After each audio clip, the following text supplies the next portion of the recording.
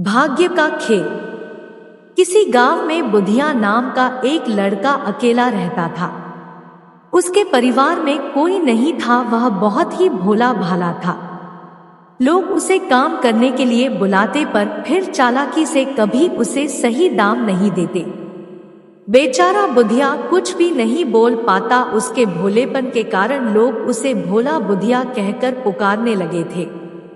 वह अपनी गरीबी से तंग आ चुका था। एक दिन एक साधु ने उसे कहा, यदि व्यक्ति का भाग्य साथ दे तो उसके द्वारा किया गया सामान्य सा कार्य भी उसकी किस्मत बदल सकता है।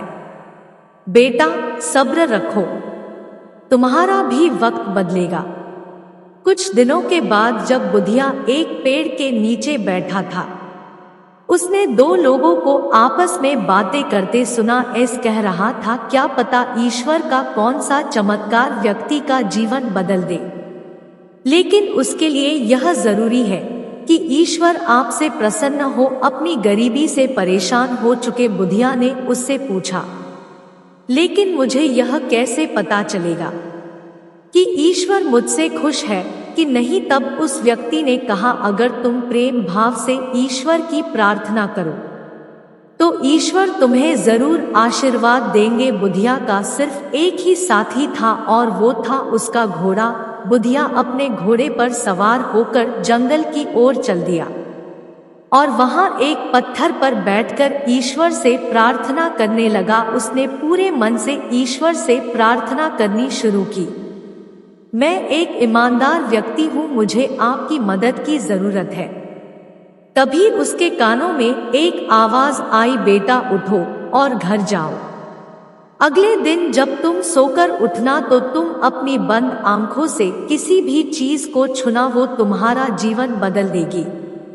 अब बुधिया अपने घोड़े पर बैठकर घर लौट आया। उसके पास कुछ सिक्के थे। उसने रात को सोते समय उन्हें अपने पास ही रख लिया ताकि वह सुबह उठकर उन्हें छू सके, जिससे वे दुगने हो जाएं। अगले दिन सुबह सुबह एक बिल्ली बुधिया के घर घुस गई, जिसे देखकर उसका घोड़ा बेचैन हो गया। बुधिया ने घोड़े की आवाज सुनी। वो उठा, अपनी आंखें बंद किए हुए अपने घोड़े के पास पहुंच गया। जब उसने आंखें खोली तो उसने देखा कि सबसे पहले उसने अपने घोड़े के गले में बंधी घंटी को छुआ है।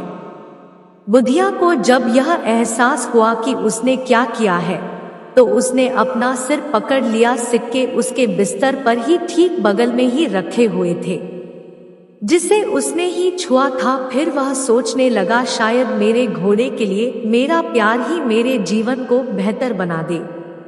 उसने अपने घोड़े को साथ लिया और काम की तलाश में शहर की ओर निकल पड़ा। बहुत देर चलने के बाद वह थक गया।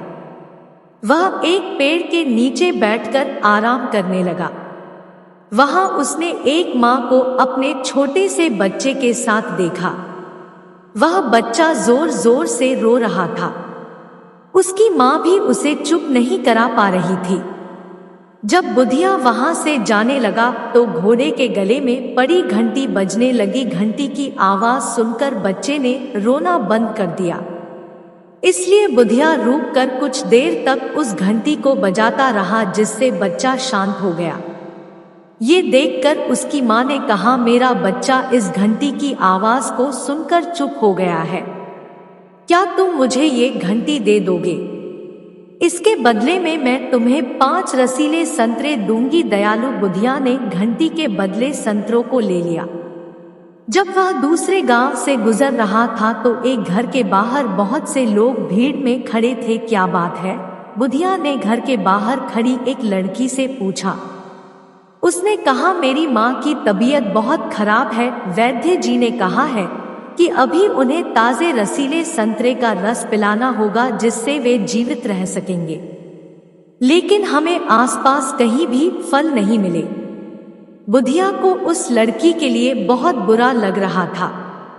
उसने उस लड़की को अपने 5 संतरे दे दिए। लड़की संतरे लेकर भागती हुई अंदर चली गई। बुधिया ने तय किया कि वो कुछ समय यहीं रुककर देखेगा कि उसकी माँ कैसी है।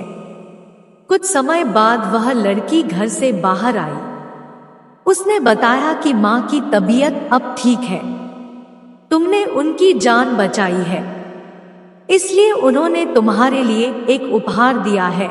उस लड़की ने बुधिया को एक रेशम का बहुत सुंदर मफलर देते हुए धन्यवाद दिया। बुधिया अब शहर की ओर आगे बढ़ने लगा।